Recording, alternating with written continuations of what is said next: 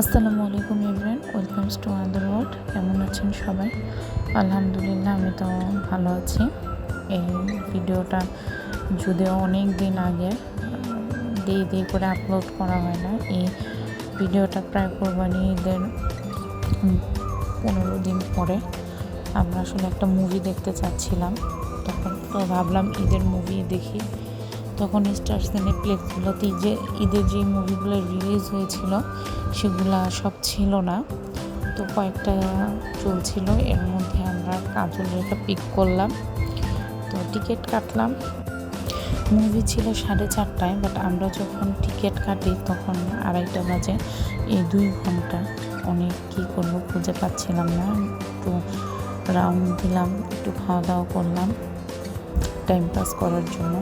আর ওই দিন যে পরিমাণ গরম ছিল, আমরা জুসই খেয়েছি 2বার। গরম অসহ্য রকম একটা গরম ছিল।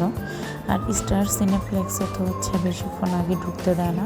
এই স্টার সিনেপ্লেক্সের এই যে করিডোরটা, এই জায়গাটা কিন্তু মোটামুটি ভালো, ঠান্ডা ঢুকলে। বাট ওরা তো 15 মিনিটের আগে ঢুকতে দেয় না, তার জন্য আমরা ওই যে 15 মিনিট আগেই ঢুকে গেলাম। তখন এখানে বসে রয়েছি কতক্ষণ, 10 মিনিট। তারপরে এই যে টিকিট কেটে ভিতরে ঢুকলাম। এই আর কি। ছবির রিভিউ তো আমি তো আসলে রিভিউয়ার না, ছবির রিভিউ দিব।